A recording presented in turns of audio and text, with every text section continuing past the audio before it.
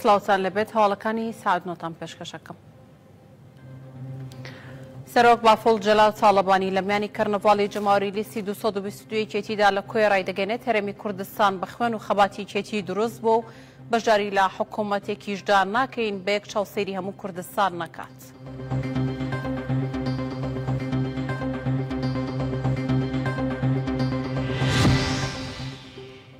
بە ئامادەبوونی ئاسۆمامەند و ڕێبوارزەها هەزاران مامۆستای میلاک و خۆبەخشی خوێندنی کوردی کەرکووک لەلایەن یەکێتی نیشتیمانی کوردستانەوە خەڵات دەکرێن.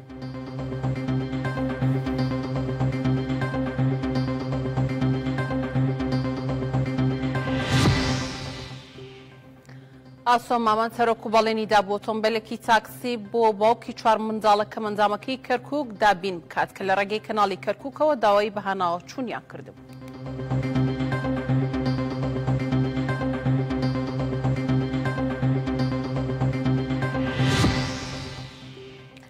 پارێزگاری کەرکووک سەردانی گەڕەکی کوردستان دەکات و گوێویستی داواکاری دانیشتوانەکەی دەبێت و بەڵێنی جێبەجێکردنی چەندین پرۆژەی خزمەتگوزاریان پێدەدات.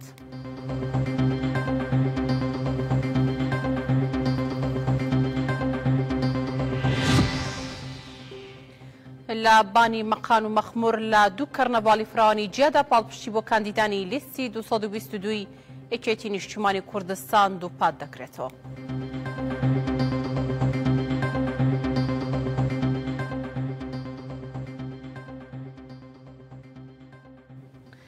بە ئامادەبوونی بافڵ جەلال تاڵەبانی سەرۆکی یەکێتی نیشتیمانی کوردستان کەرنەڤاڵی جەماوەری لیستی 222 یەکێتی نیشتیمانی کوردستان لە قەزای کۆیە بەڕێوەچوو. سەرۆک بافڵ جەلال تاڵەبانی وتارێکی مێژووی پێشکەش کرد و شاری کۆی بە شارەکەی سەرۆک مام جەلال ناوبرد و نیگەرانی لە جیاکاری لە پێشکەشکردنی خزمەتگوزاری بۆ قەزایی سەر بە هەولێر نیشاندا. سەرۆک بافڵ تیشکی خسە سەر چەندین لایەنی دیکەم هەڵبژارنە و گرنگی دەنگدانی خەڵکی کوردستان بە لیستی 222 یەکێتی نیشتیمانی کوردستان.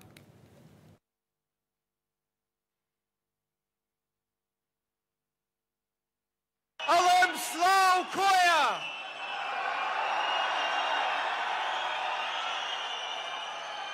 سڵاو شاری مام جەلال!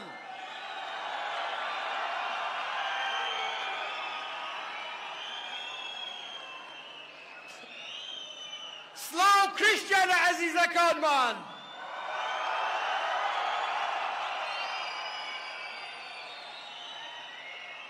سڵاو محافزی هەولێر!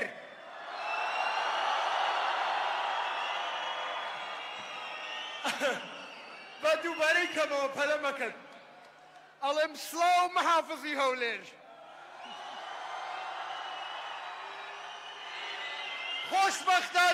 خۆشبەختانە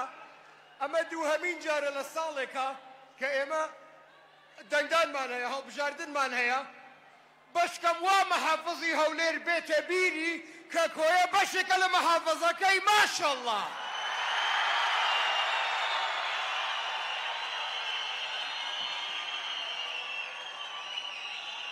بەڵام یەک دەقە با بەجددی یەک دەقە ئەزانی لەبەر ئەوەیە کە شوێنێکی وا جوان و پیرۆز وەکو کۆیە ئیهمالەکرێت لەبیرەکرێت خزمەت ناکرێت لەبەر ئەوەیە کە لێرە دووبارەیەکەمەوە بە ناوی خوای گەورە و مەهرەبان بە لا ئیلەهە ئیڵلاهی ناچینە ناو حکوومەتێک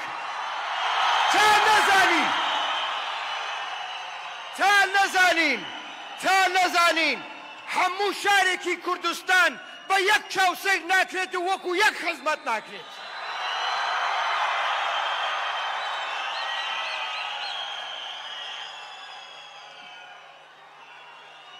یەک شت من دوێنێ ئەمە من شتم لە بیر ناچێتەوە دوێنێ لەگەڵ برادێکی خۆم لە ئەمریکا لە واشنگتن بە تەلەفۆن قسەمە کرد. پرسیارێکی لێ کردم وتی کۆیە چ ڕەنگێکە؟ مەقسەدی ئەوە بوو کۆیە بە چی حیزبێک دەنگەیە؟ من جوابم نەدایەوە وتم سبەینێ خەڵکی کۆیە جواب تێنەوە. هەڤاڵان کۆیە چ ڕەنگێکە؟ ئەڵێم کۆیە چ ڕەنگێکە؟ ساوزە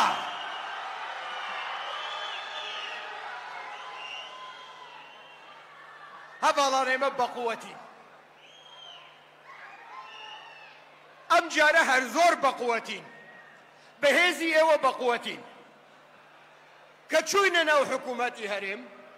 کە حکوومەتی هەرێم دامەزرا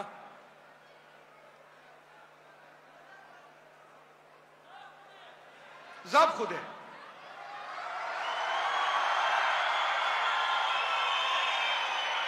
زاب خوده بەو قووەتە وەکو لایەنەکانی تر ناکەین وا دەدەین بە هەموو کوردستان کە بە یەک چاو سەیری هەموو لایەکەکەین هەموو هاوڵاتیەکی کوردستان هی هەرچی حزبێک بێ هی چ لایەنێک بێ چ پێکاتێک بێ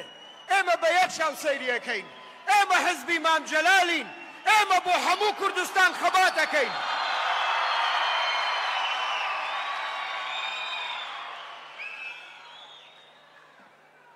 هەواڵان ئێمە لە هەموو کوردستان بەقووەتین وەکو لایەنی تر نین لە بەشێکی ئەمەنە بەقووەت بن ئێمە لە سووریا خۆشەویستین ئێمە لە تورکیا خۆشەویستین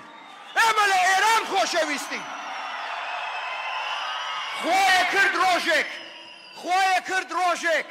خۆیە کرد ڕۆژێک هەڵبژاردنێکە کرا لە هەموو کوردستان ئەوسا ئەمان بینی کێ ڕەقەم یەکە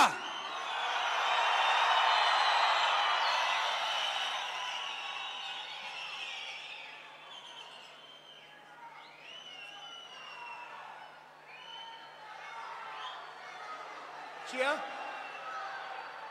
دووبارە؟ ئەڵێم ئەوسا ئەیان بینی کێ بەقووەتە لە هەموو کوردستان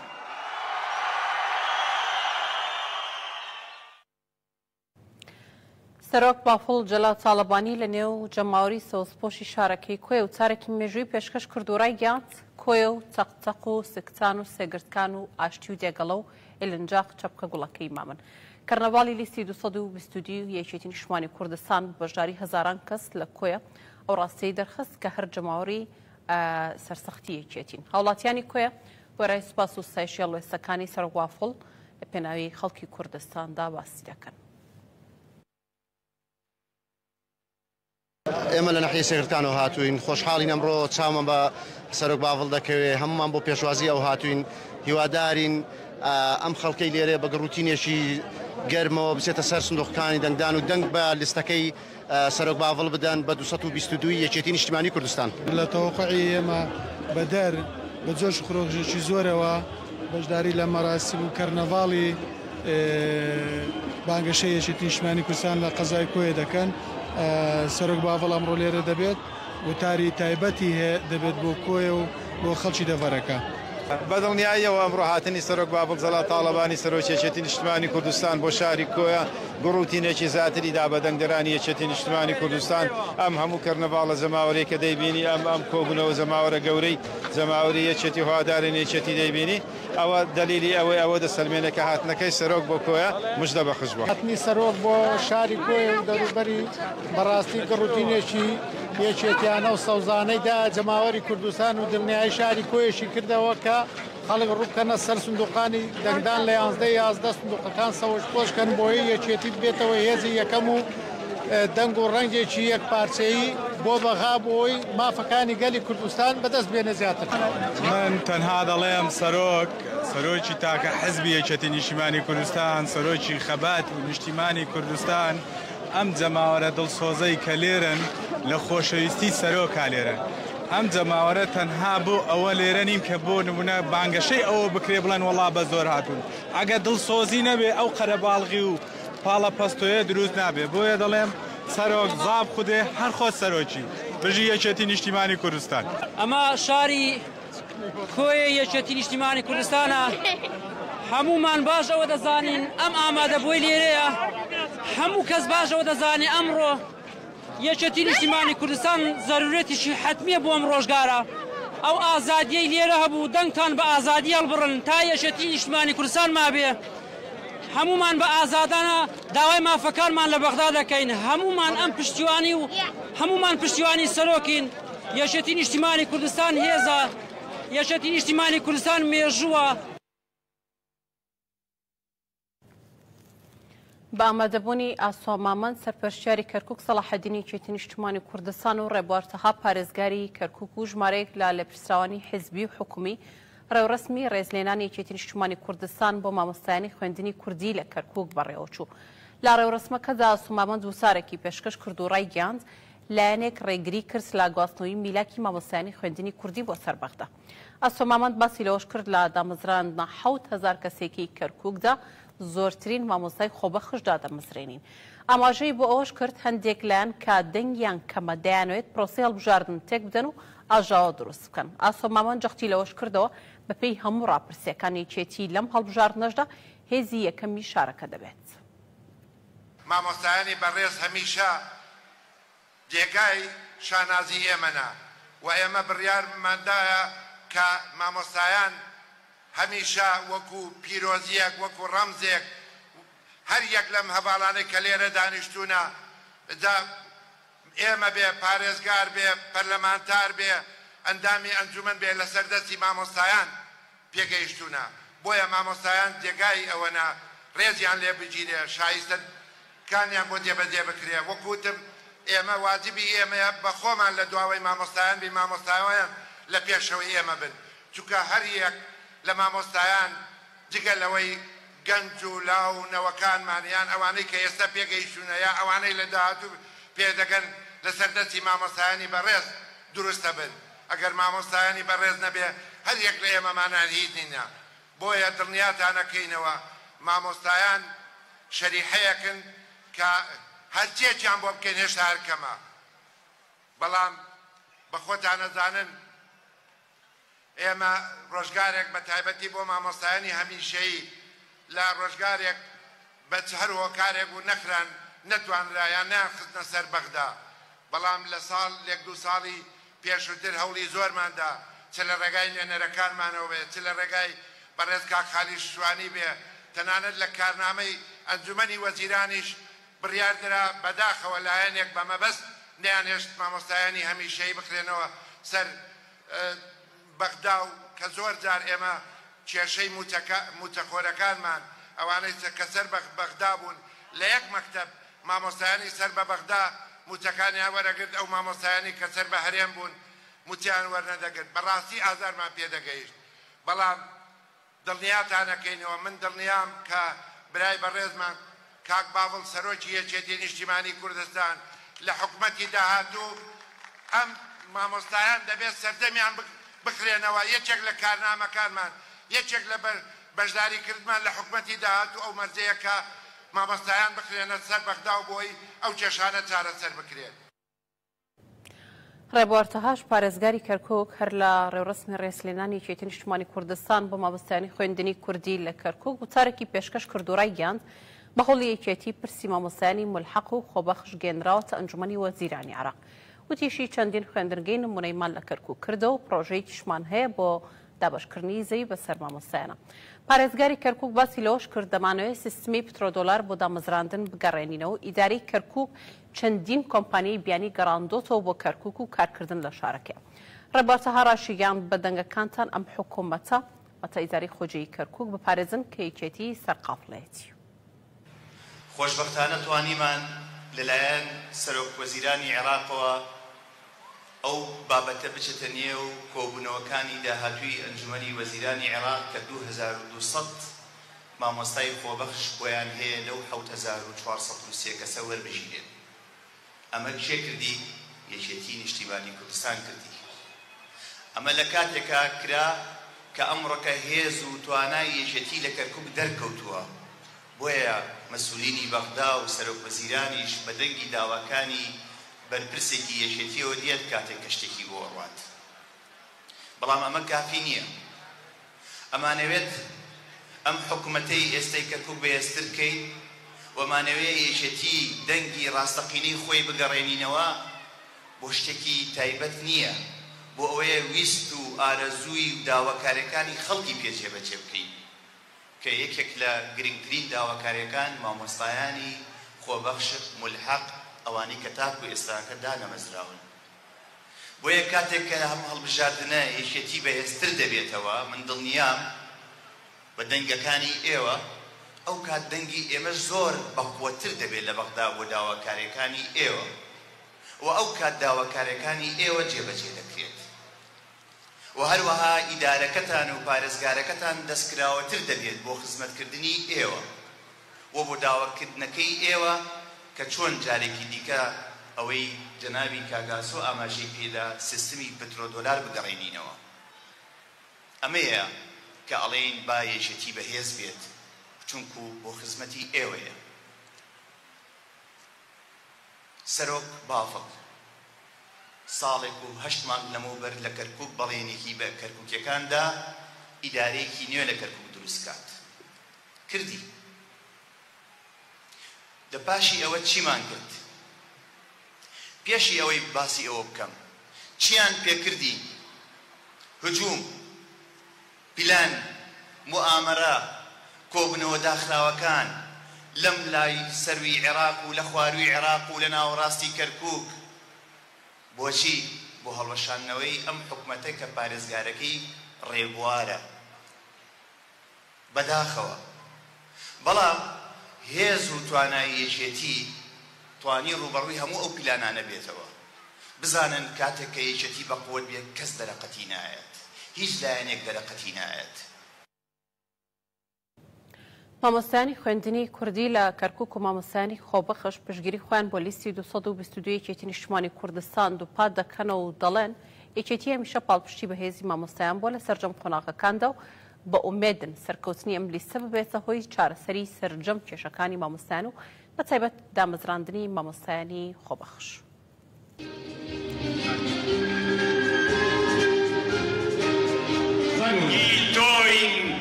دەنگی تۆین لە بەغداد سەرکردە سیاسەکانی یەکێتی نیشتیمانی کوردستان. مامۆستایانی خۆشەویست زۆر بەخێر بێن، زۆر بەخێر بێن بۆ مەراسیمی و کەرنەڤاڵی خەڵاتکردنی مامۆستایان. ڕوون و ئاشکرایە کە یەکێتی نیشتیمانی کوردستان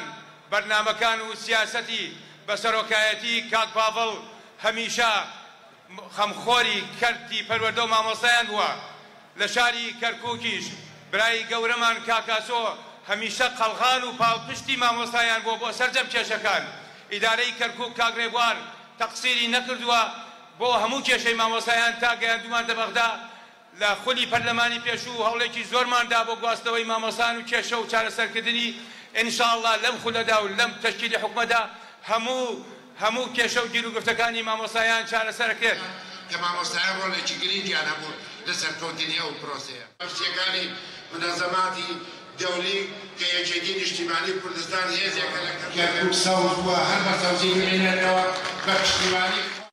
دەستخۆشی لە یەکێتی نیشتیمانی کوردستانەکەی بۆ تایبەت کاک ئاسۆکەوە و لەگەڵ پارێزگارە کاک ڕێبوار لەبەرەوەی خەمخۆری خوێندنی کوردی بینە لە کەرکووک زۆر دەستخۆشیان لێکەی بۆ ئەم هاوکاریە و بۆ ئەمینەوە دایەنە مامۆساکان. هەزاران پلانی دەستی دژمنانمان پوچەڵ دەکات هەڵی مەردانی لێ هەڵکەوت گوێ مەدە بە ئازار و ئێش شوێن تۆ پیرۆزی تۆ دڵسۆزی ئەم وڵاتەی. بەڕاستی زۆر گرینگە ئەم چالاکیانە بۆ مامۆستایانی و بۆ مامۆستایانی خۆبەخش و مامۆستایانی ملحەق دەستخۆشی لە کاک ڕێبوارەکەین کە هەستا بە ئەنجامدانی ئەمە لە هیچ کاتێک و لە هیچ ساتێک مامۆستایانی لەبیر نەکردو و زۆر ڕۆڵی تایبەتی بە مامۆستایان داوە. پشتگیری لیستی 222 یەکێتی نیشتیمانی کوردستانەکەین ئینشەڵڵا سەرکەوتوین. ئێمە لەبەردەم هەڵبژاردننی پەرلەمانی عێراقی کەرکووکی قودسی کوردستان دەستخۆشی لە لیستی 222کەم ئینشاءالله سەرەکەوێ بەرزترین دەنگ دێنێتەوە. دەستخۆشیان لێکەین هەمیشە پاڵپشتی مامۆستایانی کەرکووک بوون،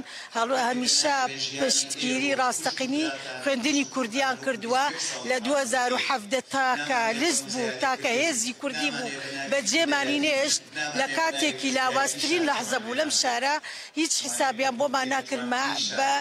بە تایبەتی زۆر لێرەوە سپاسی لیستەکەمان ئەکەن و بە تایبەتی بە زۆر تایبەتی ستپەروین و مامۆستا ڕەئوف کە بەجێمانیان نێڵا لەگەڵمانمانەوە وەکو برایەک وەکو خوشکێک. کەرکووک دروستکەی هیوای وڵاتە دروشمی سەوزە و ئاسۆی خەماتە. بەردەوامن لە خوێندن و یان دوا دەکەوتن لە خوێندن ئەمەش دەستکەوتێکی گەورەی مامۆستایانە. شتێکە تایبەتە بە کاگاسۆ حرسی مامۆستانی خۆبەخە سلکێکی گرنگی لە بواری تربیەدا کە ئەمە جێدەستیان دارە لە چەند ساڵی ڕابردوو تاکو ئێستا و ئێستاش جێگای دەستخۆشیە کە بۆ نوێیەکێتی نیشتیمانی کوردستان هاتووتە پێش و دەستی مامۆستانی خۆبەخشی کردووە و پاڵپشتی مامۆستانی خۆبەخشەکە و هەنگاوێکی گرنگە بۆ مامۆستانی خۆبەخش کە لایەنێک لە پشتی بێ و هاوکاری بێ ئێمە دەستخۆشی لە یەکێتی نیشتیمانی کوردستانەکەین و بەتایبەتە باڵا سۆمامەد و ڕێبوار تاهای پارێزگاری شاری کەرکووک کە هەمیشە دەرگایان واڵایە بۆ مامۆستانی خۆبەخش و یارمەتی و هاوکاریان بوونە. هەمومان شانازی پێواکەین ئێمە سەرڕایەوەی کە میزانێکی باشتر و باشتر کە خەڵک لە شارەکانی دیکەی کوردستان گارەکەتان دەستکراوەتر دەبێت بۆ خزمەتکردنی ئێوە. ئاسۆمامەند سەرپەرشتیاری کەرکووک سەلاحەدینی یەکێتی نیشتیمانی کوردستان سەبارەت بە ڕووداوەکەی ناحیە پردێ لە لێدوانێکی داڕای گیان دەستێک هەیە بۆ تێکدانی باری ئەمنی ناوچەکە و هەمیشە دەیانوێت ڕێگە خۆش بکەن بۆ ئاژاوە گەڕی بۆیە ڕێگە بەو جۆرە کارانە نادەین و دژیرەوەستینەوە وتی شێر کەس هولایەنێک دەستیان هەبێتیان هاندەر بن بەو کارە بەپێی یاسا مەمەڵیان لەگەڵدا دەکەین و هەمیشە لە پشت نەچەوە و خەڵکەکەی خۆمانین و پشتگیریان لێ دەکەین. بەداخەوە من بەشێکی بۆتە مزایەدا و مەسەڵەن ڕەنبێ ڕۆژی پێشتر لایەنێک چووە پەڕۆ و ئیچفزاز بوون و نازانمەندێشتیان کردووە هیوادارین خەڵک لەوە تێبگا نە خەڵک بە پەڕۆ دەنگەدا نە خەڵک بە کێشە و ئاژا خەڵکی کەرکووک بانگەشەیەکی هێمن و ئارامیانەوێ خەڵکی کەرکووک پێویستیان بەوەیە ئەگەر ئێمە دووچۆزی یان بە تایبەتی هەندێک خەڵک و کاندید بۆ مزایەدە و بۆ چوار دەنگوانە دەیانوێت ئاژاوە دروست کرد خەڵک لەوە تێبگا ئێمە بەلای ئێمە گرینگە کەرکووک سەلامەت بێ کەرکووک ئاژاوی تێنەکەوێت کەرکووک مەشاکل و ئەو لایەنانەی دەیانەوێش کە دەیانوێت ئەم کێشانە دروستکردن بەخۆیان لەوە تێگەیشتونە خەڵکی کەرکووک دەنجیان نادات ئەیتر ئەم جۆرە مشکلانە دروستەکەن بۆیە من داوام لە سەرجەم جەماوەری خۆڕاگری کەرکووکەیە ئێوە سەرتان بەرز بووە چاوتان ماچەکەم گەنجەکان بە مزایەدی هەندێک لایەن تێنەکەون ئێمە کەس بۆی نییە قەدر لە میلەتەکەمان بکە و ئەوەی بقەدرمان لێ بکە بە هەموو شێوازێک ڕوبەڕوویە بینەوە بەڵام دان بە خۆتان نادا بگرن چکە هەندێک خەڵکەیە دەیەوێت مەشاکل دروست بێ بۆیە هیوادارین پرۆسەکە بە باشی بڕاتە ڕێگا گۆرە من ڕەنبێ بە خۆتان ببینن بە خوێن کەوتمە لەگەریانم وەختی شەڕەکانی داعش هەمیشە لەگەر برا پێشمەکانمان لە پێشەوە بووە و کە ئامادە بووینە خوێنی خۆمان بە تاکید بە هەموو شێوازێک پشتیوانی و هاوکاریانەکەین و ئەوانەی ئاژاوەش دروستەکەن کاتی خۆی دێ لێ پێستنیوان لەگەرەکری ئەوانەی کە سەرێشە و مەشاکل دروستەکەن و داوامان لەلایەنە پەیوەندی دارەکان کردووە کە ڕوبەڕووی یاساییان بکەن. ئەو خێزانەی چەند ڕۆژێک لەمە بەر کەناڵی کەرکووک سەختی ژیانیانی گەیاند و ئاسۆمامەند سەرپەرشتیاری کەرکووک سەلاحەدینی یەکێتی نیشتیمانی کوردستان سەردانی خێزانەکەی کرد کە خاوەنی 4 کچی خاوەن پێداویستی تایبەتن و بەڵێنی پێدان داواکاریەکانیان جێبەجێ بکات. ئەمڕۆ ئۆتۆمبیلێکی بۆ دابینکردن لەوبارەی ئاسۆمامەند سەرپەرشتیاری کەرکووک سەلاحەدینی یەکێتی ڕایگەاند هەموو کات لەگەڵ خەڵکی دەبین و داواکاریەکانیشیان جێبەجێ دەکەین. دیارە دوای ئەوەی ئێوە لە ڕاگەیاندنەوە کەوەم بیست سەردانی ئەو ماڕام کرد هەنێ بەڕاستی نەحەقیشی نەبوو ینی ڕەنبێ زۆرجار خاوەن تەکسیوانە ئەو حالەتەی ئەو منداڵانەی ئەو تووشی بووە ناتوانین ڕەنبێ خەڵک سواری سیارەکەیان نەکە بە تایبەتی بۆ عیلاج و بۆ خستخانە و بۆ هەر شوێنێک بێ هیچێک لە داواکاریەکانی پێویستی بەوە بوو کە سیارێکی بۆ دابین بکرێەوە هاوکاریەکی مانگانەی بۆ جێبەجێ بکرێ بە تاکید هەردووکمان جێبەجێ کردووە ئێمە زۆر جار تاکیدمان لەوە کردوتەوە کە ئینشاڵڵا کەس پێویستی بە هیچ جۆرە هاوکاریەک نابێ بەڵام دڵنیای کەرکوچیەکانەکەینەوە ڕەنبێ دوای هەڵبژاردننی بەرنامەمان هەیە بۆ کەم دەرامەتەکان شوێنی نیشتەجێبوون و بۆ گەنجەکانمان بۆ لاوەکانمان کەوانەی پرۆسی هەوسەرگیریەکەنوانە ئینشاڵڵا کەس هەوڵی جدیەدەن کەس لە شارەکەی خۆمان پێویستی بە هیچ نەبێ بەس بەخوای گەورە ئەوەی لای ئێمەشەوە بکرێت دڵنیای کەرکوچیەکانەکەین و خزمەتیانەکەین و برایشمان هاوڵاتیەکی تورکمانە بەڵام بە تاکید ئەمە سەرۆک مامجەلال و ڕێبازەکەی وا فێری کردوین جیاوازی نەکەین لە بینی کورد عەرەب تورکمان و هەر کەسێک لەم شارە پێویستی بە ئێمە بێ ئەمە دەستی یارمەتی بۆ درێژەکەین. من بەکوتم یعنی ئەم حالەتانە لە مانجی ڕەمەزان لەو وەختانەی کە سەردانی خەڵکەکەم زۆردا تاکید لەوەکەم بۆ منداڵەکانی خۆشم ئەم جۆرە شتانە لێ دەمەوە ببینن خەڵک ژیانی چۆنە بەڵام ئەو کاتانەی کە من ئێستا مەسەرەن دڵی ئەم خانەوادەم خۆش کردو ئەم شەو زۆر بە باشیە خەوم و مرتاحە بم و ئینشاءڵڵا ئەوەی پێمان بکرێ خزمەتی کۆمەڵانی خەڵکی کەرکووک يعني بحياتي نية ليكيتي درناكم يعني نمزاني أمتشت أبو مكان هر براستي يعني حتى مردن يا أبو أمزل ما تجيب لي كما يعني برامبر فقير زور زعيفة برامبر فقير أشهد ما بالله يعني براستي باور منكر دم حالتي عن بمن الزود أم عيشة بكري أبوم يعني وقبلي خوبو يا ربي أربي من أبو من كاك أسوى يا ربي وقبلي درعي كركوكا أشهد ما بالله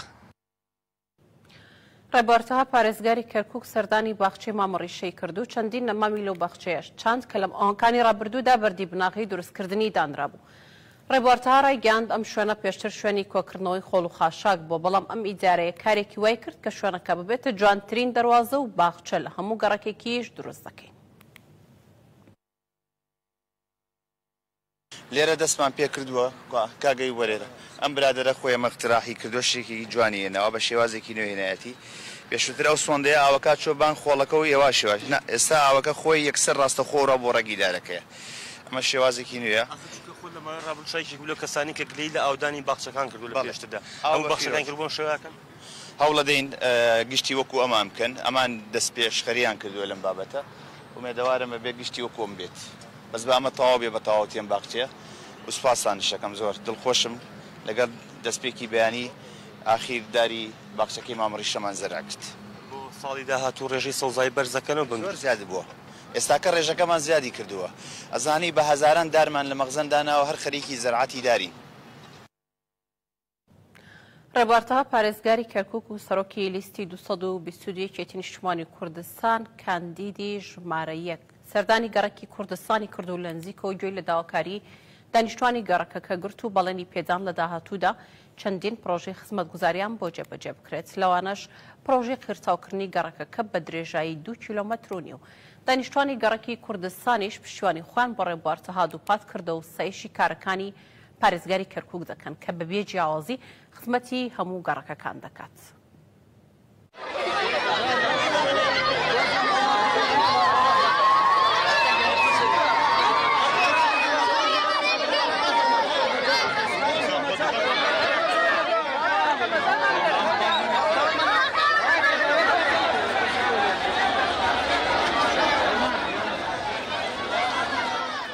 لەوەتی بووینەتە پارێزگار ڕەنگە ئەمە دەیەمین جارمە بێن بۆ گەڕەکی کوردستانیان گەڕەکی فەیلق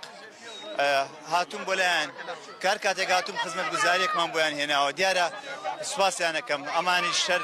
خەڵکێکن بۆ وەفان شتیان لە بەرچاوە ئەوە هۆکارەکێتی هیچی تر نییە بەخوا و ئێستاش هاتووم بۆەوەی ئەعلانی پرۆژەیە بکەم لێرانە پرۆژەکەش بریتیە لە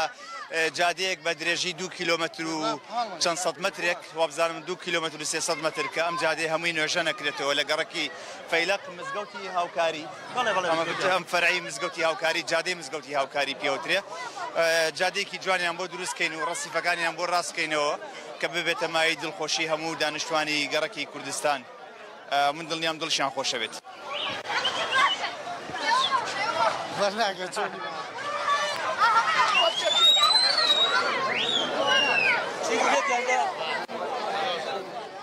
بەڕاستی کوڕی فەقیرە و بۆ فەقیریش زۆر ئیشی کردەوە بۆ خەڵکە هەژارنشینەکان زۆر ئیشی کردووە ئەو گەڕەکانی هەمووی نۆژەن کردەوە جێی دەستی دیارە بەڕاستی جێی خۆیەتی هیچ پارێزگارێک من نەمبیستووە وەکو ئەم کاگڕێبوارە دڵسۆز بێ ئەوەندەی ئێمە هەستمان لێ ڕاک بێ 20 ساڵە هیچ خزمەتێک 1000 دیناری بۆ ئەم ڕێە سەرف نەکراوە ئەمە ئێستا ئەم هاتووە بەڕاستی جێی باسکردنە جێی سوپاسکردنە ئێمە دوعای خێری بۆکەین ئینشاءالله تعالە.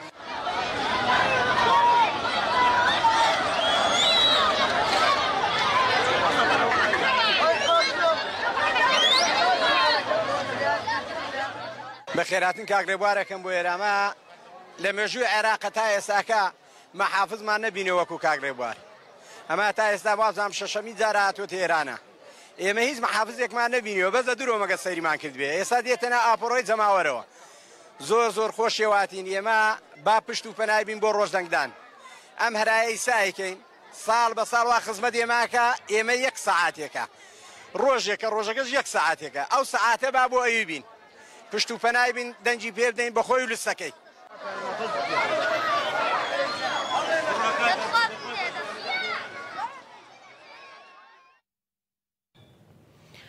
ڕێبوارتەها پارێزگاری کەرکووک لەگەڵ کارمەندانی تەندروستی کەرکووکە کۆبوو ڕۆڵیانی لە خزمەتکردنی هاوڵاتیانی شارەکە بەرز نرخاند. پارێزگاری کەرکووک لەو کۆبوونەوەیدا بەڵێنیدا لە داهاتوودا زەوی بەسەر کارمەندانی فەرمانگەی تەندروستی کەرکووکدا بەش بکرێت لە پای و خزمەتەی باکەرتی تەندروستی شارەکە کردویانە.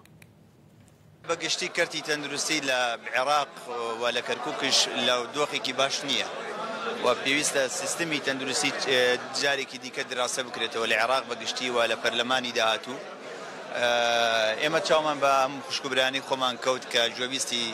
داواکاریەکانیان بووین عینی کاتەوە پلانی حکوومەتی خۆجەیمان بۆ باسکردن سەبارەت بە ئیشوکاری داهاتوومان لە کەرکووک و پشتیوانی خۆیان دەربڕیەوە بۆ لیستی 222 کە پشتیوانی لە لیستەکەی یەکێتی نیشتیمانی بکەن کە ئێستاوە لیستێکە لە کەرکووک و وەکو یەشێتیش کە دەرکەوت یەشێتی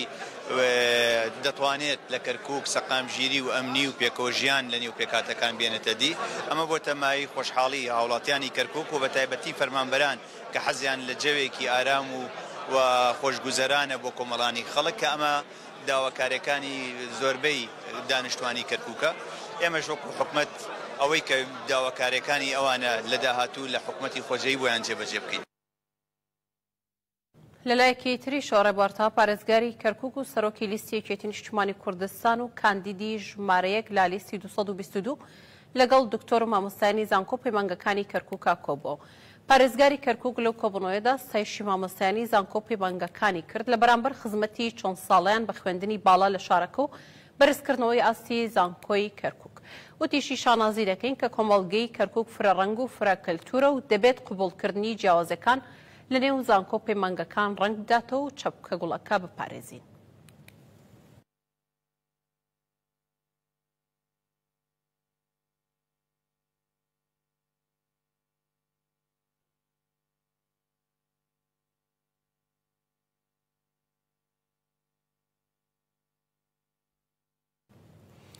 خزمانی گوندی خانگەشە و خزمانی ناوشوان کەرنەڤاڵێکیان بۆ پشتیوانی لە لیستی 222 یەکێتی نیشتیمانی کوردستان ڕێخست بامەدەبوونی وەسا ڕەسوڵ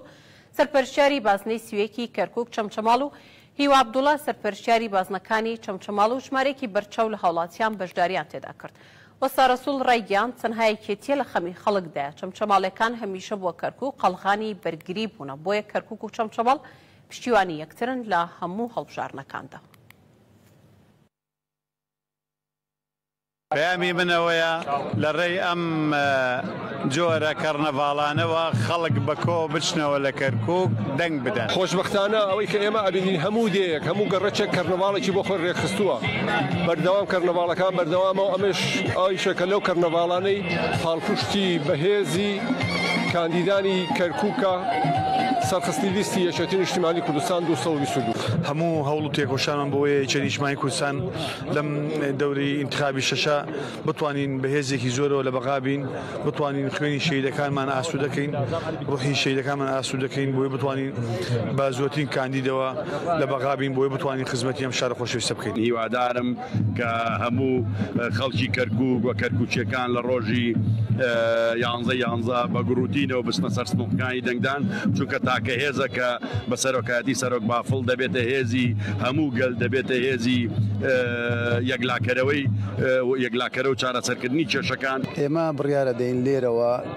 بەهێزەوە لە بەغدا بین بەهێزەوە خزمەتی کەرکووکەکەین بەرنامەمان بە خزمەتکردنا بۆ کەرکووک و بۆ کەسوکاری شەهید و ئەنفالکرا و کەسوکاری زیندانی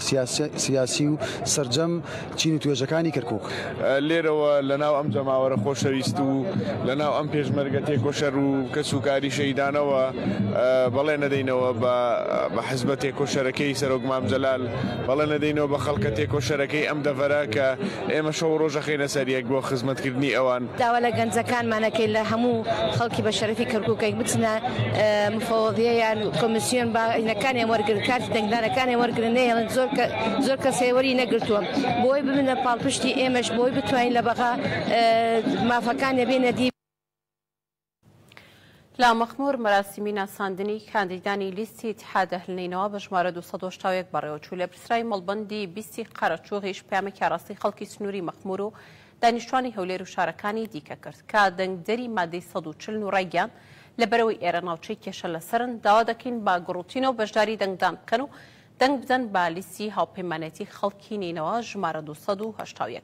ڕاشی گیاندێکێتی نیشتیمانی کوردستان لە ڕێگەی کاندیدەکانیەوە دەیەوێت خزمەتەکانی بگەێنێتە سەرجەم شار و شارۆچکەکانی پارێزگای مووسڵ.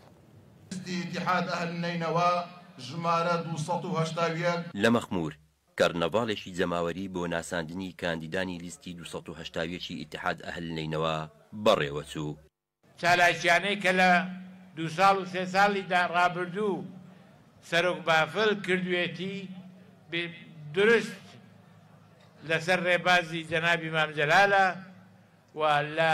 تەسەڕوفاتیش و هەوڵیشی لەم کۆبوونەوانەی کە دەکرێت تەعاملی لەگەڵ کاندیدەکان حەز دەکەمەوە بزانن ئەو داوا لە هەمووتان دەکات دەنگ بۆ لیستی 281 تەحالف ئیتیحاد ئەهلنینەوە و ئەمە ناوێک کە لە ڕابردووشدا یەکێتی پێشنیاری کردووە و لە عەمەلیشدا تەطبیقی کردووە. لیستی ئیتیحاد ئەهلنینەوە ژمارە 281 لیستی سەرجەم پێکهاتە جیاوازەکانە بە کورد و عەرەب و کریستیانەکان و کەمەنەتەوایەتەکانی تر. ڕاگەیاندنی لیستی ئیتیحاد ئەهلنینەوەیە ژمارە 281 و ناساندنی بەشێک لە کاندیدەکانی ئەو لیستەیە. لیستی ئیتیحاد ئەهلنینەوە لە ساڵی 2023 لە هەڵبژاردننی ئەنجومەن و پارێزگایەکان ڕاگەیاندرا. ئێستاش هەر لەژێر ئەو ناونیشانەیە و لە داهاتووش هەر لەژێر ئەو ناونیشانە دەبێت. ئەمەش لە سۆنگەی باوەڕبوونی یەکێتی با سیاسەتی حەکیمانەی خواڵێخۆشبوو ڕەوانشاد سەرۆک مامجەلال و سیاسەتی چەپکە گوڵەکە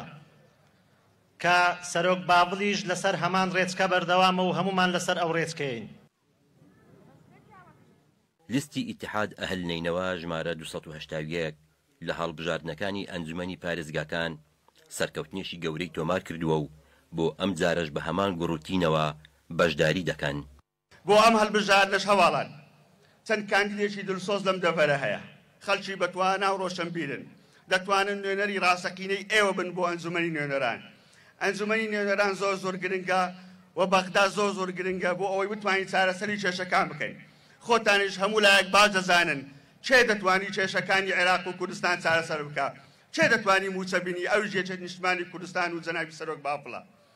بۆیە بەدڵنیاییەوە یەکێتی نیشتیمانی کوردستان لە ڕابردوو لە داهاتوو شەڕ ڕابەراتی کۆمەڵانی خەڵکی کوردستان و ناوچە جیاجیەکان و پێکاتە جیاجیەکان دەکات. یەکێتی نیشتیمانی کوردستان لە ڕێگەی کاندیدانی لیستی 281 ئیتیحاد ئەهلنینەوە دەیەوێت خزمەتەکانی بگەیەنێتە سەرجەم شارچکەکانی پارێزگای مووسڵ، قارەمان قادر، کەناڵی کەرکووک، مەخموور. سادی ئەحمەد پیرە ئەنجامی مەکتەبی سیاسی یەکێتی نیشتیمانی کوردستان لە نێو ئاپۆڕای خەڵک و جەماوەری یەکێتی نیشتیمانی کوردستان لە مەخموور باسی لە گرنگی و قەزایە کرد بۆ کوردستان و ڕوونی کردەوە ژمارەی شەهیدانی یەکێتی نیشتیمانی کوردستان لە مەخموور لە ئەندامانی هەندێک حزب زیاترە. وتیشی یەکێتی نیشتیمانی کوردستان 3 جار ڕۆڵی لە ئازادکردنی مەخمورە هەبووە. من لە مەخموور زۆر جار لەگەڵ باوکم ڕەحمەتی خوای لێبێ هاتووم بە ڕاڵی خەڵکێکی زۆر لە مەخموور دەناسم بە تایبەتی ئەوانەی کە پێشتر ڕەفیقی باوکم بوون و ئێمە لەگەڵ مەخموور پەیوەندیمان زۆرەوە. من خۆشم ماوەیەکی زۆر دانیشتوانی منتقی قەراج بوو، منتقی خەربانی و ڕواڵەوە و منتقانە ماڵمان لێ بووم لێ بووە. برایشم هەیە، برای شیریم هەیە، شیری داکم نەخۆش بە شیری عەرەبەکانم خوارد. عایلەی مانی کە خەڵکی ڕواڵن ئێستا لە کەنهەشن لە نیک گوێر. مەخموور شارێکی گرنگە، شارێکە شاری پێکهاتەکانە و مەخموور ناوچەیەکە کە دەتوانین برێن لە هەموو ڕوێکەوە بە تایبەتی لە ڕووی اقتصادیەوە مەخمور بوو بە ئەرزوبانی مەخمورە حەمباری گەنمی هەموو کوردستان و عێراق و لە هەمان کاتیژە لەم سنوورە کانزایەکی زۆر هەیە لە ژێر ئەهمێتی مەخمور ئەهمێتی اقتصادی و ئەهمێتی اجتماعی و لە هەمان کاتدا ئەو تەعەدودیتە بووەتە سەبەبی دەوڵەمەندکردنی کولتوری پارێزگای هەولێر کولتوری ئێستا پارێزگای نینەوە. یەکێتی نیشتیمانی کوردستان لە مەخمور لە ماڵی خۆی بووە. ژمارەی شەهیدەکانی یەکێتی نیشتیمانی لە ژمارەی ئەندامانی لایەنە سیاسیەکان هەموو پێکەوە زیاترە و یەکێتی نیشتیمانی کوردستان 3000 دەوری هەبووە لە ڕزگارکردنی مەخمور جاری یەکەم لە ڕزگارکردنی ساڵی 2003 جاری دووەم لە ڕزگارکردنی مەخمور لە دەستی داعش و جاری سێم ئێستا لەو هەڵبژاردنە داخلی هەڵبژاردنێک بۆ ئیشاڵە ڕزگاری دەکەین لەو خۆسە پاندنێک کە بەسە مەخمور و لەلایەن خەڵکی نابەلەد بە مەخمور حکومڕانی دەکەین. ئێمە مەخمور بە ناوچەیەک دەزانین کە بەداخەوە بووە بە بەشێک لەو ناوچە چێشە لە سەرانەی کە هەیە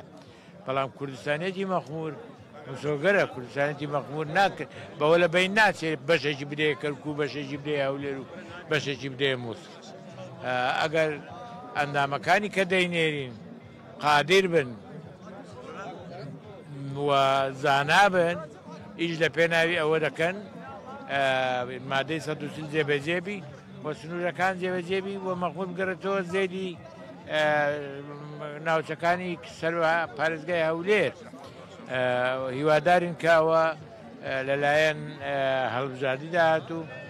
لەلایەن دەنگدان بە قایمەی 280 تەحالف ئیتیحاد ئەهلنینەوە کە هەموو پێکهاتەکان بەیەکەوە دەگرێت کورد و عەرەبی مەشانازی دەکەین کە خەڵکی غەیری کوردستان غەیری کوردیش لە ناو قایمەکەماندا هەیە.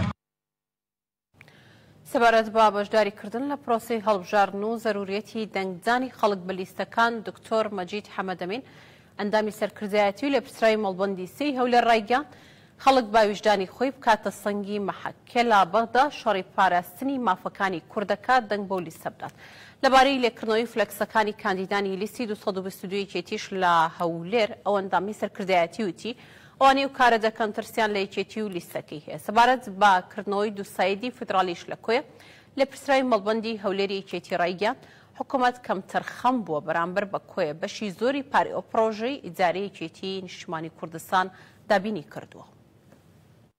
یەک تەوزیحی زۆر بەسیتم هەیە بۆ خەڵکی بە شەرەفی کوردستان و شاری هەولێر بە تایبەتی یەک تەقیم بکە بزانی چێ شەڕی کوردی لە بەغدا پێ دەکرێت چێ پێی دەکرێت شەڕ بکات لە پێناو کورد و هەرێمی کوردستان لە بەغدا ئێمە یان خەڵکی بکە زەمیری خۆی بکاتە حەکەم لەسەر ئەو مەسەلەیە با بە ئارەزوی خۆی دەنگ بدات کام لست تا ئێستا سەرکەوتوو بووە دەتوانی پەیوەندیە دیبلۆماسیەتەکان و پەیوەندی عیلاقاتە چاکەکان چاپ بکاتەوە شەڕی بڕگە بە بڕگەی دەستور بکات با دەنگ بەوی بدا چێ پێی دەکرێت چێ پێی خۆشە لەسەر ئەساسی بوونی مؤسساتی تەشریعی و ڕقابی مفاوەزات لەگە بەغدایە بکرێت چێ پێی خۆشە لەسەر ئەساسی سەفەقاتی سیاسی و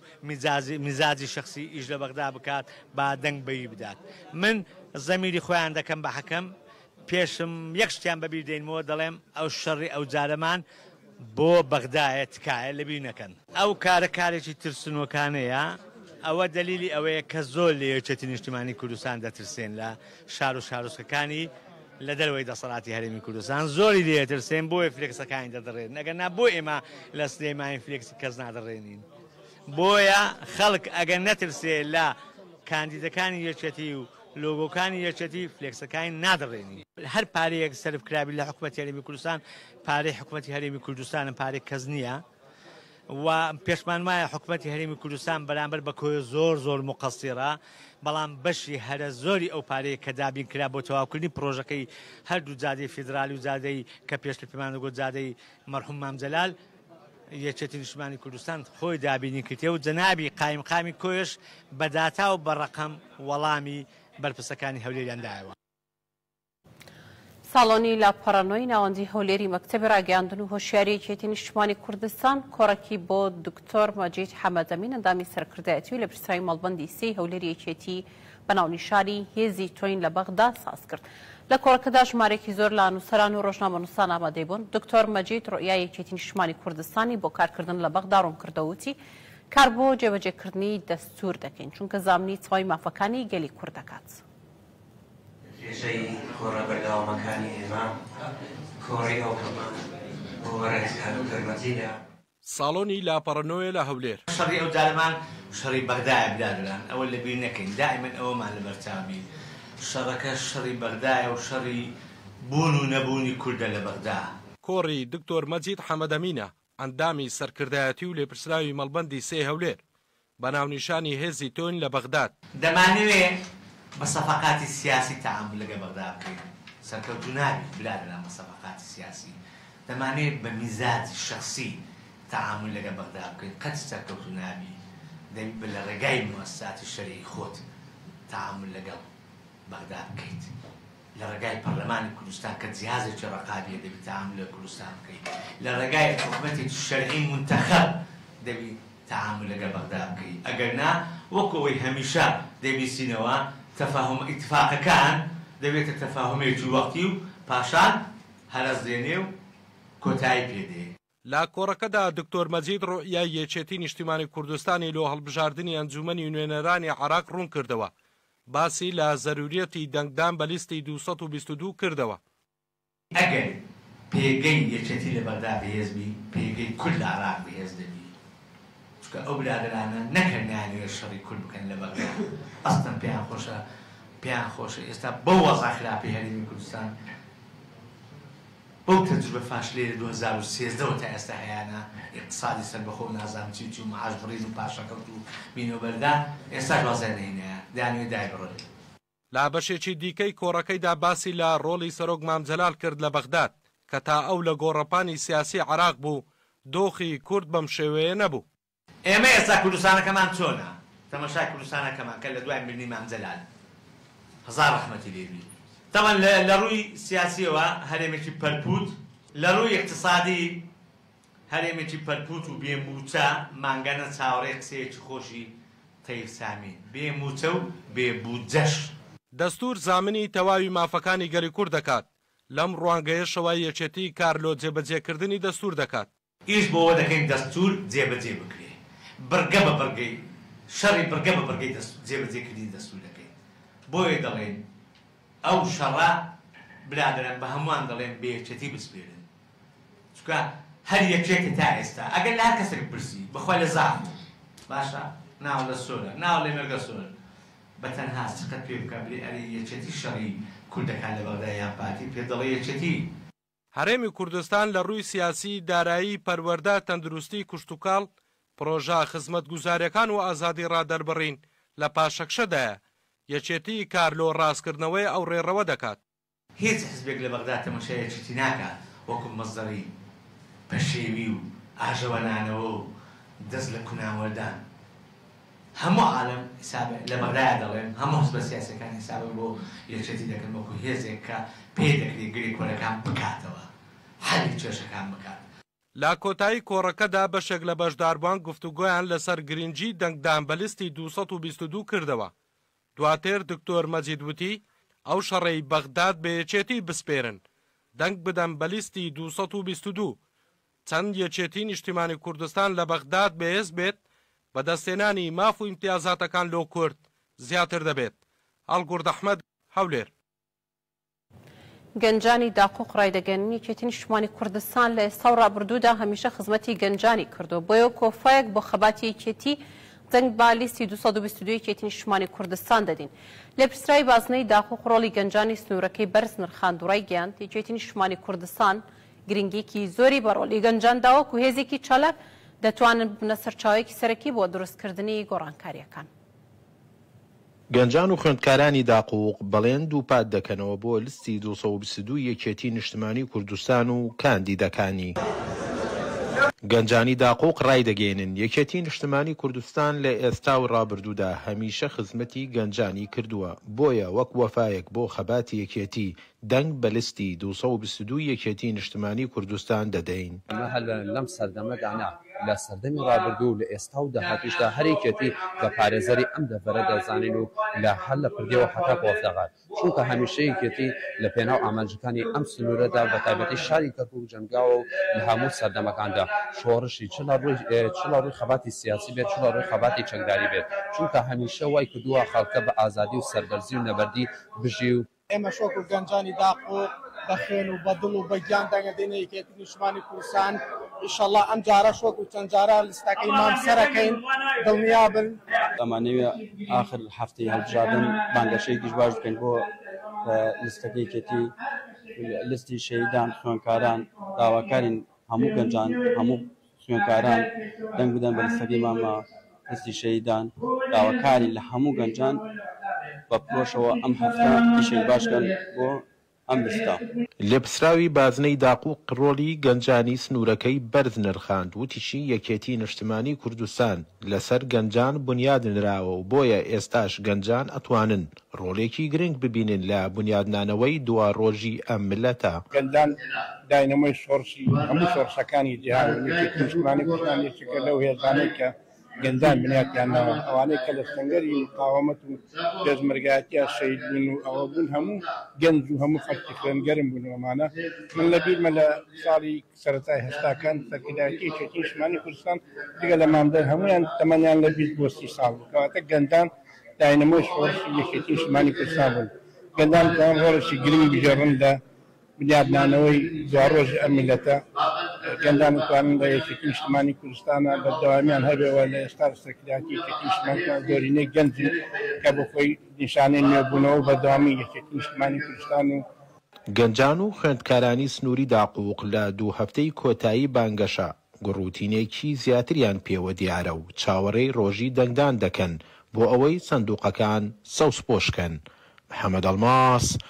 کەناڵی ئاسمانی کەرکووک قەزایی داقوق. کاندیدانێکێتی ڕایدەگەێنن ڕەخساندنی هەلێکار و ئاوردانەوە بایەخدانی تاو بە گەنجان ئەرکی فراکسیۆنێکێتی دەبێت و گرنگی تاو بە توانەکانی گەنجانی گەرمیان دەدرێت. لە هەموو سەردەم و قۆناغێکدا گەنجان وزەی بەردەوامی یەکێتی بوون. لەم هەڵمەتی هەڵبژاردنەشدا بەزنی گەنجان هاریکار و بەشێکی گرنگن لە سەرکەوتنی لیستی 222 یەکێتی نیشتیمانی کوردستان پێش ئەوەی نوێنەری یەکێتی بن لە ناو گەنجان نوێنەری گەنجانن لە ناو یەکێتیدا. کاندیدانی یەکێتی ڕایدەگەێنن ڕەخساندنی هەلیکار و ئاوردانەوە و بایەخی تەواو بە گەنجان ئەرکی فراکسیۆنی یەکێتی دەبێت لە بەغدا گرنگی تەواویش بە توانەکانی گەنجانی گەرمیان دەدرێت لە هەموو ڕوویەکەوە. ئێمە بە حکومی و ئیشانی کە پێشتر هەمان بووە بۆ خۆم لە ناو خوێندکارانەوە دەستم کردووە بە خەباتی خۆم لە ناو ڕێکخراوەکانە باش لە معانات و داواکاری و ئەوانەی ئەو چین و توێژانە تێگەم کە گەنجان هەر لە خوێندکارانەوە هەر لە لاوانەوە ئەوانە چین بێگومان بە نوێنەرێکی باشیانەبی. ئەگەر من سەر بکەوم ئەو کاتە من ئەتوانم لە هەموو شارەکان و لە هەموو ناوچەکانی گەرمیانە کار بکەم و دڵنیا بن لەوەی کە هەموو شەڕێکەکەم بۆ بانگ هێشتکردنی هەموو ئەو سەرمایه‌دارانەی ئەو خەڵکانەی ئەو خاوەنکارانەی کە بێن لە ناوچەکانی ئێمە کار بکەن گەنجانی ئێمە بخەنە کار چکە ئێمە هەموو کات ئەزانین کە گەنجانی ئێمە بێکار بن ناڕەزایی دەرئەبڕن شەهادەدارەکانمان لە ماڵەوەن ئەوانەی کە خەریجن لە ماڵەوەن پێویستە هەلیکار بۆ ئەمانە بڕەخسێنین و ئێمە ئەزانین ساڵانە حکوومەتی عراقی چەندین هەلی دامەزراندن ڕائەگەیەنێ کە بەداخەوە ناوچەکانی ئێمە بێبەش ئەکا بە حەزب بە بیانووی جۆرا و جۆر بێبەش ئەکەوە چەندین ساڵە دامەزراندن لەم سنوورانیە ئێمە شەڕی ئەواکەین کە ئەو ژمارە دامەزراندنانەی کە لە حکوومەتی عراقیە هەیە بە پێی ڕێژەی دانیشتوان لە ناوچەکانی ئێمەشا جێبەجێ بکرێ چکە ئێمە ئەوەزانین ئەوەتانێک کە موچە و بودجەی هەرێمی کوردستانیش لەلای حکوومەتی عراقی دەستیان بەسەرا گرتووە و قەتیسماوە ئێمە هەموو هەوڵێک دەین هەموو شەڕێکەکەین کە مافەدارایی و دەسووریەکانی هەرێمی کوردستان و گەنجانی ناوچەکانی ئێمە جێبەجێ بکرێەوە خۆی. یەکێتی وەک سەرچاوەیەکی بەنرخ و بەهادار لە ڕۆڵی گەنجان دەڕوانێت و لە ڕێگەی بەشداری پێکردنی گەنجانەوە لە کایە حزبی حکومڕانیشدا کایی گشتی توانادارتر و پڕۆزەتر دەکات. نیشتیمانی کوردستان دروشمەکەی بریتیە لە خزمەتگوزاری طبعا ئەوە جێگای فەخر و احتیزازە بۆ ئێمە کە یەکێتی نیشتیمانی کوردستان لە هەموو کاتێکدا هەڵساوە بە خزمەتگوزاری ناوچەکە چی جا لە کفری بێت چی لە دەوروبەری کفری بێت چی لە زۆنی جەبار و قەرەتەپە و جەلولا بێ من بەش بە حاڵی خۆم وەکو کاندیدی لەسەر لیستی یەکێتی نیشتیمانی کوردستان کە بە ژمارە 222 ژمارەی کاندید حەوت هەڵسامە بە دروستکردنی یاریگایە لە گوندی دوانزەی مام یاریگایە بۆ گوندی دەهلەگی یاریگایە بۆ گوندی عێنشکوور یاریگایە بۆ گوندی کانی ماسیتی ئەمە هەمووی جێگای دەستخۆشیە تەمان ئەمانەش کە هاتوون ئەم هەوڵی لەلایەن منەوە بۆ سەرپەرشتیاری حیزبەکەی منت حزبی یەکێتی نیشتیمانی کوردستان تەمان یەکێتی نیشتیمانی کوردستان قەت درێغی نەکردووە لە هیچ بانگەشە هەڵبژارنێک هەر دەستی هێناوە بۆ هاوڵاتیان بۆ ئەوەی پێش بۆ ئەوەی شوێن دەستی دیار بێت لە هەموو سەردەم و قۆناغێکدا گەنجان و زەورەی بەردەوامی پێشکەوتن و سەرکەوتنی یەکێتی بوون لەم هەڵمەتی هەڵبژاردنەشدا بازنەی گەنجان هاریکاری بەشێکی گرنگن لە سەرکەوتنی یەکێتی پێشەوەی نوێنەری یەکێتی بن لە ناو گەنجاندا نوێنەری گەنجان دەبن لە ناو یەکێتیدا دڵنیا مەحموود کەناڵی کەرکووک گەرمیان لە سەرەتای بانگەشەی هەڵبژاردنەوە لەلایەن کاندیدان و بازنەکانی هەڵبژاردننی هەرێک لە قەزاکانی کفری و کەلار و ڕزگاری و ناحیەکانەوە چەندین هەڵمەتی ژینگەی و پرۆژەی خزمەتگوزاری جیاجیا ئەنجام درراون لێپرسرای بازنەی هەڵبژاردننی کفریش دەڵێت یەکێتی خەمی ژینگە و سروشت و خزمەتگوزاری کردوتە ئەولوێتی کارەکانی نەک تەنها لە کاتی هەڵبژاردن بەڵکو لە هەموو کات و سەردەمێکدا چالاکوانان و ژینگە دۆستان داوا دەکەن لایەنەکانی تریش چاو لە بانگەشەکانی یەکێتی بکەن لە گەرمیان چونکە هەر ڕۆژە و چالاکیەکی بەرهەمدار دەخەنە خزمەت خەڵکی ناوچەکەوە و بانگەشەیەکی مەدەنیانە و سەردەمیانە ئەنجام دەدەن بانگەشە بۆ یەکێتی نیشتیمانی کوردستان دیارە ئەم هەڵمەتە شتێکی جوانە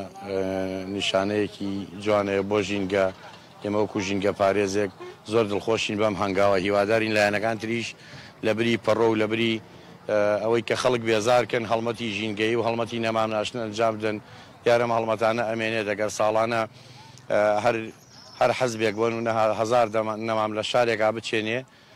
گرنگی زۆر زۆرە بۆ ناوچەی بە تایبەتی ناوچەی گەرمیان گرنگی خۆیە گوندی باشە یەکێکە لە گوندەکانی سەربەناحی سەرقڵاو یەکێکە لەو گوندانەی کە ڕێگاکەی ئەوە نییە کە هاوڵاتیان گوندێکە کە کەسانێکی چەند ماڵێکی لێ و چەند کەسێک ئاوادان کراوەتەوە لە ئێستادا ڕێگاکانین ئەوە نییە کە هاوڵاتیان بەسەریدا هاتوچۆ بکەن ئەمەش کارێکی باشە کە لەلایەن شێخ ئەحمەدەوە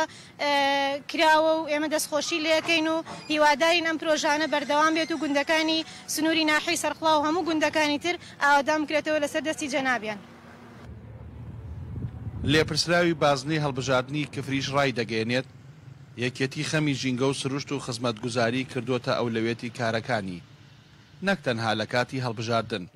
بەڵکو لە هەموو کات و سەردەمێکدا یەکێتی هەر بەرنامەی خزمەتکردنی خەڵک بووە خزمەتی خەڵکشەکەین و واجب شە لە سەرمان و بانگەشەکانش بە جوانی ئەڕوا هەمووی بە هێمنانێ بە شێوەیەکی مەدانی و شارستانە ئەڕوا ئێمە پێویستشمانە بەوەیە کە شارەکە ئارام و هێمن بێ و ئێمە ئەمڕۆژ هاتوونێت ئەم سنوورە یەکێک لە بەرنامەکانی بازنەی کفریەوەیە کە ناوچەی کفری ژینگەکەی جوانترکەین بیپارێزین و ژینگەکەیشی ئەمڕۆ 222 دارمان هێناوە لێرە نێژین بۆ ئەوی ئەمە هێمایەکە بۆ لیستەکەی یەکێتی نیشتیمانی کوردستان و سوپاسی کادرەکانی خۆمانەکەن سوپاسی بازنەی کفریەکەین سوپاسی ئەو هەواڵانەکەین کە ئەمڕۆ بەشداریان کرد لەگەڵمانە لەم نەماناشنە و ئیشەڵا هەتاکو لە بانگەشەی هەڵبژاردنشتەوە بێت کە ئێمە خۆمانۆکو بازنەی کفری لێرە بین هەوڵە دێن بەرنامەیەکی جوان و هێمن و باش و ڕێک و پێک بەجێبەجێ لە سەرەتای بانگەشەی هەڵبژاردنەوە لەلایەن کاندیدان و بازنەکانی هەڵبژاردننی یەکێتی لە هەردێک لە قەزاکانی کفری و کەلار و ڕزگاری و ناحیەکانەوە چەندین هەڵمەتی ژینگەی و پرۆژەی خزمەتگوزاری جیاجیا ئەنجام دراون ئەمانەش جگە لە هەڵمەتی پاک و خاوێنی سەیرانگا و ناوچە گەشتیارەکان دڵنیا مەحموود کەناڵی کەرکووک